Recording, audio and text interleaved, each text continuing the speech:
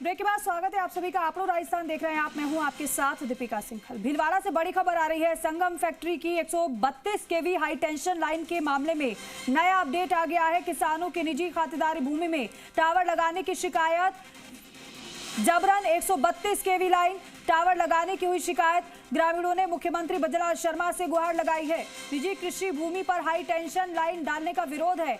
संगम group के मालिक प्रसारण निगम के अफसरों पर गठजोड़ के आरोप हैं। किसानों को डरा धमकाकर डाल रहे हाई टेंशन लाइन। संगम फैक्ट्री विद्युत भार बढ़ाने के लिए दादागिरी दिखा रही है।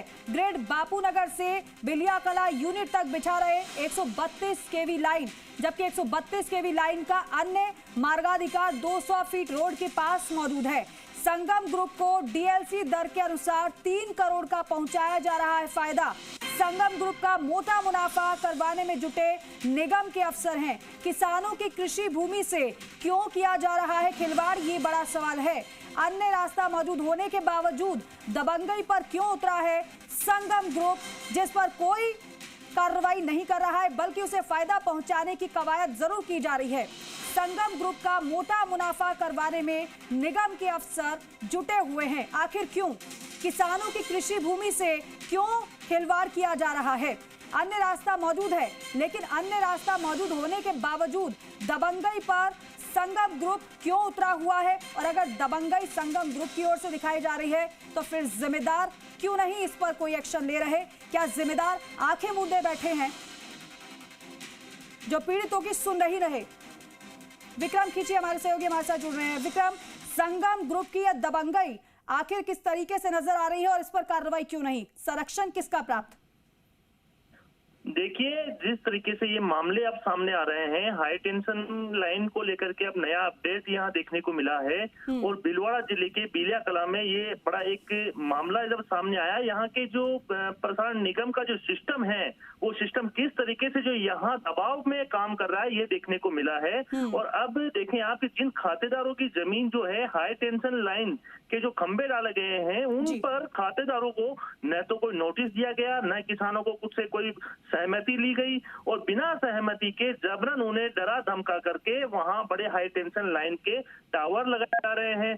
जबकि आप देखें कि संगम ग्रुप के पहले भी विवादों में ये टावर आए थे, अब भी ये विवादों में आ रहे हैं। जबकि न्याय संगत है, कहीं ना कहीं न्याय के माध्यम से ये कार्रवाई होनी चाहिए थी। जिला कलेक्टर है, एसडीएम है, बड़े अधिकारी वहां मौजूद है, लेकिन यहाँ जो दबंगाई जो देखने को मिल रही है, कहीं ना कहीं किसानों पर जिस प्रकार दबाव डाला जा रहा है, ये एक बड़ी अहम बात है।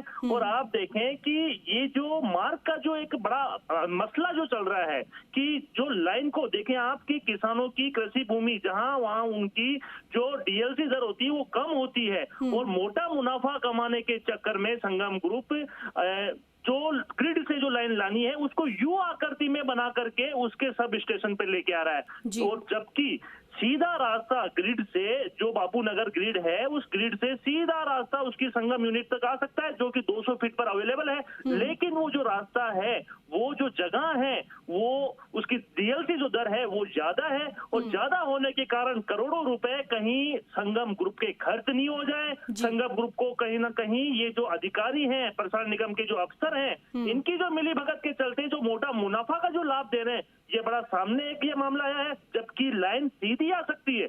आप देखें रोड के किनारे कई लाइनें जो होती है वो रोड के किनारों पर ही होती है, और किसानों के खेतों में से घुमा फिरा करके नहीं लाई जाती।